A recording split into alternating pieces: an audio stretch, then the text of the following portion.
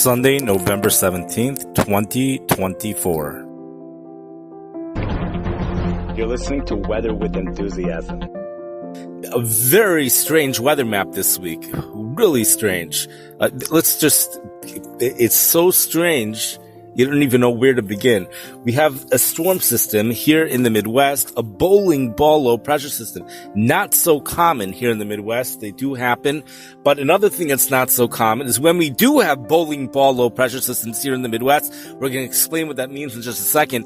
It's different than the Colorado low bowling ball low pressure systems of recent years. Colorado lows a lot of times turn into these bowling ball low pressure systems. We've been seeing that frequently over the past several years, bringing massive amounts of snow. It's common. In fact, we had one already this year. Massive amounts of snow, a lot of times eventually in the Dakotas, but the Colorado as well. These are low pressure systems that become cut off from the jet stream. They're a closed low, therefore they don't really move. There's no movement to it. They don't have a jet stream to move them. Somehow they do get cut off and they just kind of wobble around. A lot of times those things here in the Midwest, they tend to weaken. We've had times where we've had them and we've had several days of just on and off snow showers. Nothing really significant for a city like here in Chicago, but this time is a little bit different. Bowling ball low pressure system goes through a strengthening phase as well here in the Midwest as it phases with another storm system developing a little bit out east. There's also energy developing out in the southern plains, a second wave of energy. Either way, this storm system phases with another one, allowing it to strengthen twice. This storm system strengthens twice. What you also have to realize is that a storm system is also the very fact that it's strengthening, that itself gives added strength to the storm. The 29.4 storm system, when it's in a phase of strengthening, has done a lot more significant stuff to here in the Chicago area than 29.4 storm system when it's a weakening phase. The weakening phase doesn't produce so much. So this storm will also be going through two phases of weakening. 2 times this storm is strengthening, 2 times the storm is weakening. And here's another complexity. As if figuring out the track of the storm is not complex enough, when the storm phases with the other low pressure system, it kind of dissipates over one area, then pops up in another spot. And where exactly that spot is not clear. And that can make an enormous difference. And then you have to figure out where the track is. And in fact, it might even it's actually doing that twice if you look at it carefully. Eventually, it seems to end up a coastal low on the East Coast. So it's really complex, this system. Initial wave of energy develops. Southern plains, the Lake Superior. The National Weather Service forecasting for Lake Superior does a phenomenal job at giving us a weather synopsis, including the actual barometric pressures in American terms here for the Midwest. 29.1 barometric pressure develops off from the southern plains on Monday. That storm system moves into the upper Mississippi River Valley by Tuesday. Now, the Mississippi River Valley is in Minnesota. The upper one is in Minnesota. It actually remains at 29.1 initially, but then weakens to 29.3. We'll take a look exactly at what the language is, but it also repositions itself as it goes to 29.3. That's on Tuesday. The storm phases with another low pressure system and weakening to 29.5, but repositioning itself over the Great Lakes area. It's not clear where in the Great Lakes, but if you look at the European computer model this morning, it shows it really over the eastern portions of the Great Lakes. But again, that's not 100% clear at this time. That storm system goes through a strengthening phase quickly, and for a short period of time becomes another strong storm system of 29.4 as we go into Wednesday night. That's when we're going to be seeing the snow. If we see snow here in Chicago, it's going to be that 29.4 low pressure system over in the eastern Great Lakes. The eastern Great Lakes, but if it's, we also have the possibility of it retrograding, and it will at some point. This low pressure system will retrograde, which is pushing against the jet stream. Really, the thing starts to move west. It has enough spin that it starts to spin west, kind of like a hurricane. And that also adds a complexity to figuring out the storm track. 29.4, after reaching that, it weakens slightly, but then re-strengthens to 29.3 as it repositions itself as a coastal low. It's the Wednesday night period. That's where the European computer model brings snow into the Chicago area. The complexities to that snow are enormous due to the wet bulb temperature at this point being above 32. That could change. We also have a super interesting weather map in general because it's backwards for Wednesday night when you look at the dew points. Now, usually here in the United States, the dew points are high on the Gulf Coast, and as you go north, the dew points drop.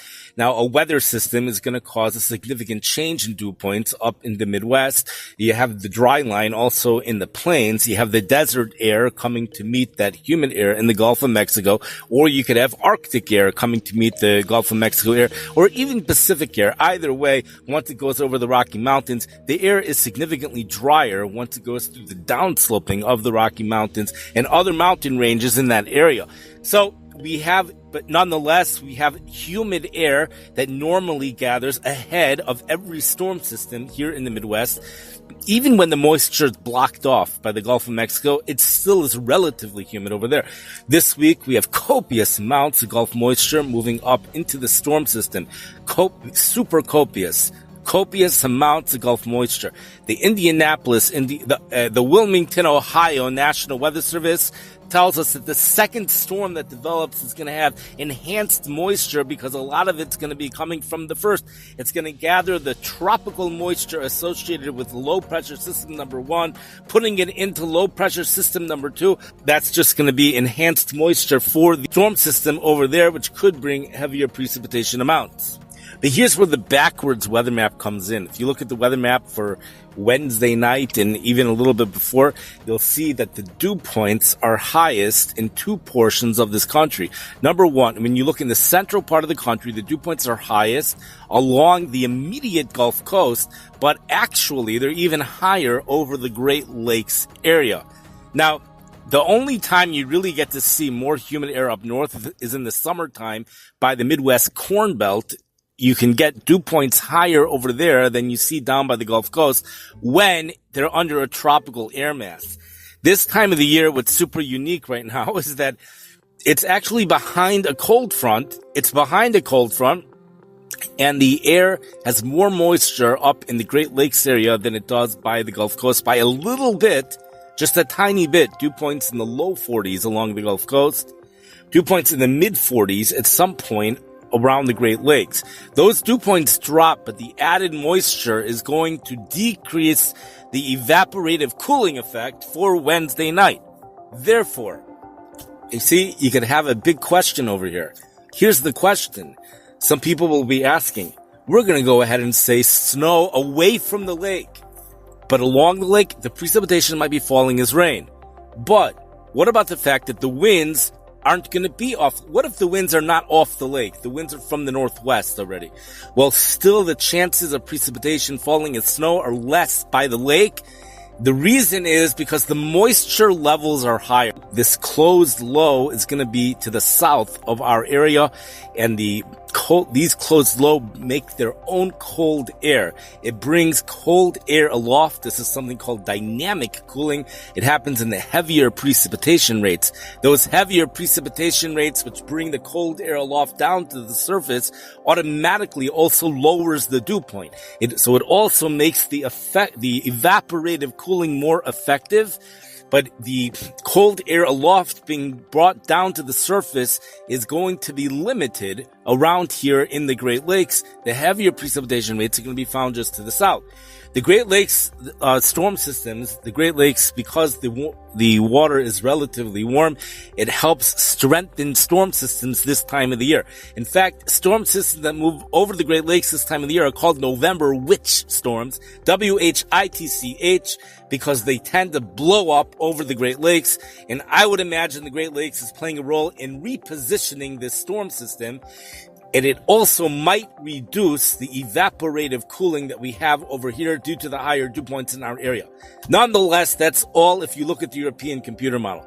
It's very complex, the weather situation for this week.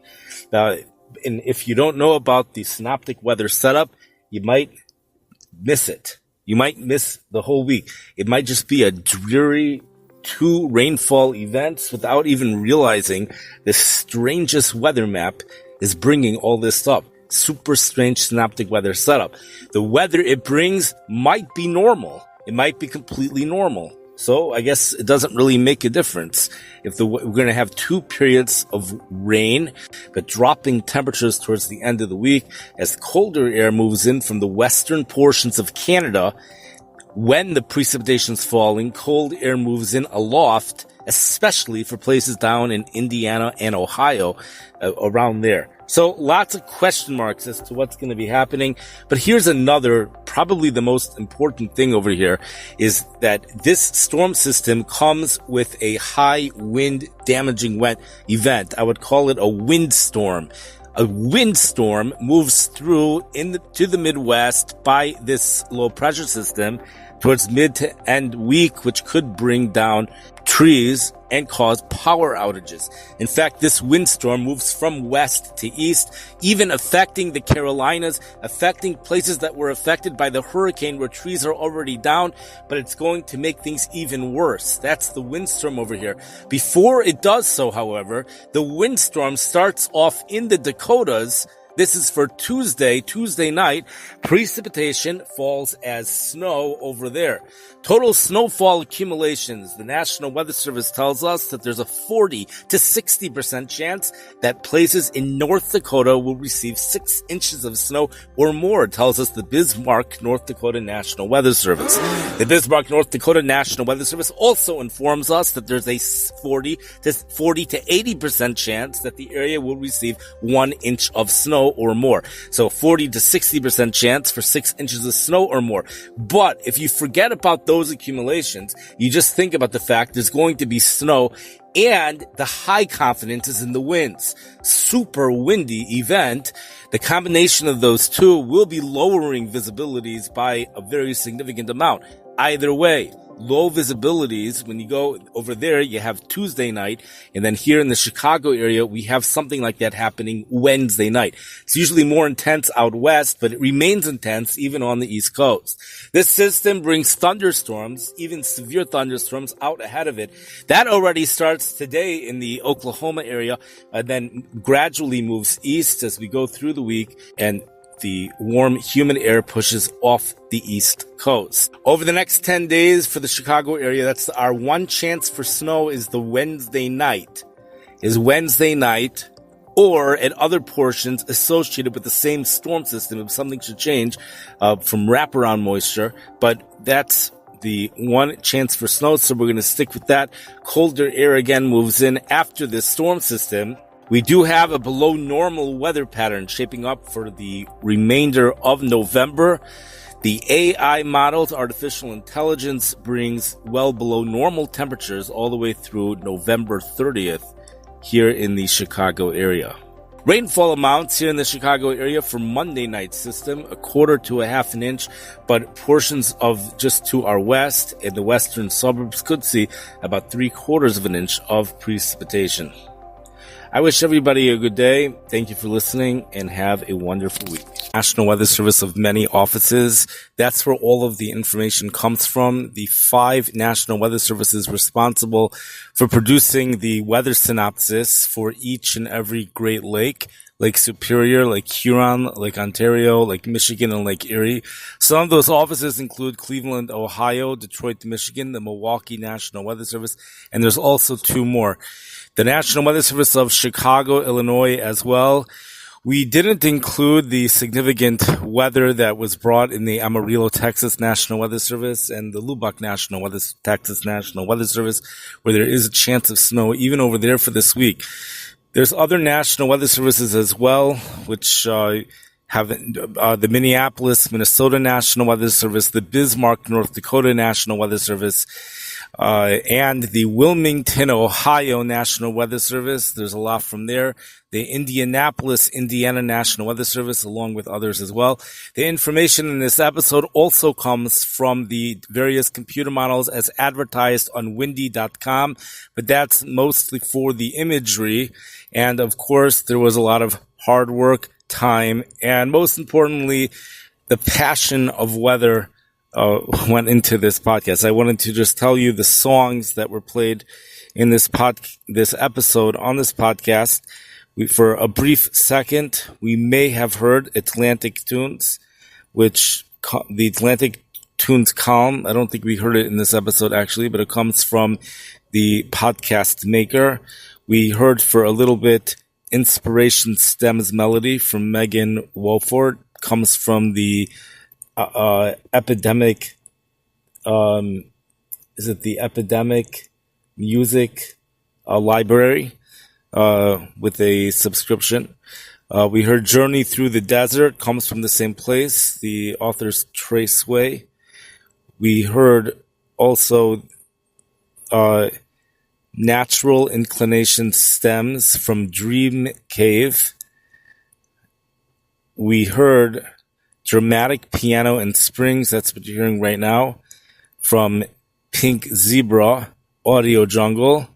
And then Observations from Epidemic Sound. And that just about covers it.